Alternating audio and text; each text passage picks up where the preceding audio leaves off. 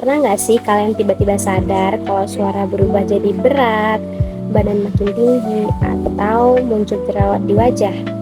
Atau mungkin merasa semua orang lagi ngeliatin kalian, padahal sebenarnya itu biasa aja. Kalau iya, selamat, kalian lagi ada di masa remaja. Halo semuanya, kenalin nama aku Stephanie Isabella Putri, dan di video kali ini aku mau bahas mengenai perkembangan remaja, media, dan akhir. Di sini kita akan lihat dari tiga sisi nih teman-teman, yaitu perubahan fisik, perkembangan kognitif, dan juga masalah sosial emosionalnya. Yuk langsung aja kita mulai. Pertama, kita akan bahas perubahan fisiknya dulu. Di masa remaja media sekitar umur 15 sampai 17 tahun, hormon seksual seperti estrogen pada perempuan dan testosteron pada laki-laki itu meningkat pesat nih teman-teman. Akibatnya muncul beberapa perubahan tubuh seperti suara laki-laki yang jadi semakin berat, terus tumbuh jakun, atau pada perempuan itu biasanya payudara yang lebih besar serta mulai teratur datang bulan. Tinggi badan juga biasanya melonjak cepat nih teman-teman di fase ini. Selanjutnya kita masuk ke masa remaja akhir, yaitu sekitar usia 18 sampai 21 tahun.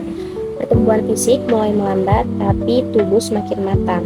Perempuan biasanya sudah mencapai bentuk tubuh dewasa, sementara laki-laki mulai punya massa otot yang lebih besar nih teman-teman. Jadi kalau misalkan teman-teman ada kenalan yang dulunya itu pendek tiba-tiba jadi tinggi pas ketemu di kuliah gitu, itu adalah contoh nyata dari proses ini ya teman-teman. Selanjutnya kita masuk ke perkembangan kognitif. Jadi menurut Piaget, remaja itu udah masuk pada tahap operasional formal nih teman-teman.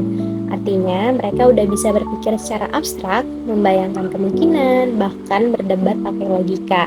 Contoh sederhananya itu ketika kita punya teman yang bisa diajak diskusi soal isu politik, isu sosial, atau masa depan, bukan cuma hal-hal yang bersifat konkret aja nih.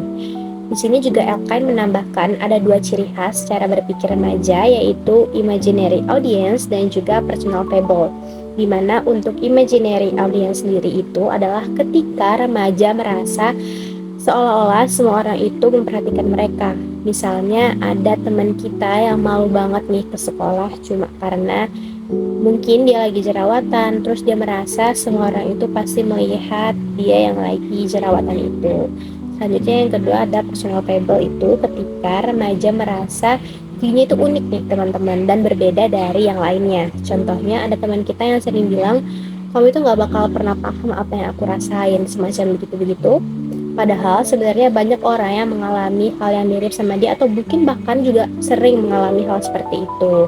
Dua hal tadi itu sebenarnya wajar banget terjadi di masa remaja dan biasanya bakalan makin berkurang saat masuk dewasa awal. Nah, terakhir kita akan bahas mengenai masalah sosial emosional. Biasanya remaja, media, dan akhir itu sering banget berhadapan dengan hal-hal seperti krisis identitas, rasa ingin diterima oleh kelompok, tekanan dari sekolah maupun keluarga, bahkan masalah yang sering banget dialami oleh remaja itu adalah masalah percintaan. Nah, jadi strategi apa sih yang bisa dilakukan?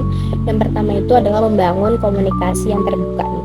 Entah itu dengan orang tua, dengan guru, ataupun teman terdekat, supaya perasaan itu nggak dipendam sendiri. Dan yang kedua ada mengelola emosi. Misalnya bisa lewat olahraga, kalau misalkan teman-teman suka olahraga, terus itu ada journaling atau kegiatan kreatif biar stres itu bisa tersalurkan dengan baik. Dan cara terakhir yaitu mencari lingkungan yang sportif, karena biasanya punya teman yang positif itu bisa bantu seseorang merasa diterima dan lebih percaya diri. Contoh nyatanya itu aku punya teman yang awalnya dia minder banget karena nilai akademiknya biasa aja, tapi setelah dia ikut organisasi kampus, dia jadi lebih percaya diri karena dia merasa menemukan lingkungan yang mendukung bakatnya itu teman-teman. Jadi masalah sosial emosional itu sebenarnya bisa banget nih dihadapi dengan strategi-strategi yang tepat. Nah, jadi teman-teman, kesimpulannya adalah masa remaja itu memang penuh dengan perubahan, mulai dari fisik dan hormon, cara berpikir yang makin kompleks, sampai tantangan sosial emosional. Semua itu adalah proses menuju kedewasaan.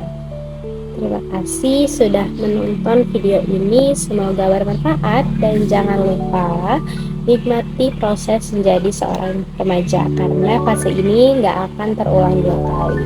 Mungkin segitu dulu dari aku. See you on the next video. Bye.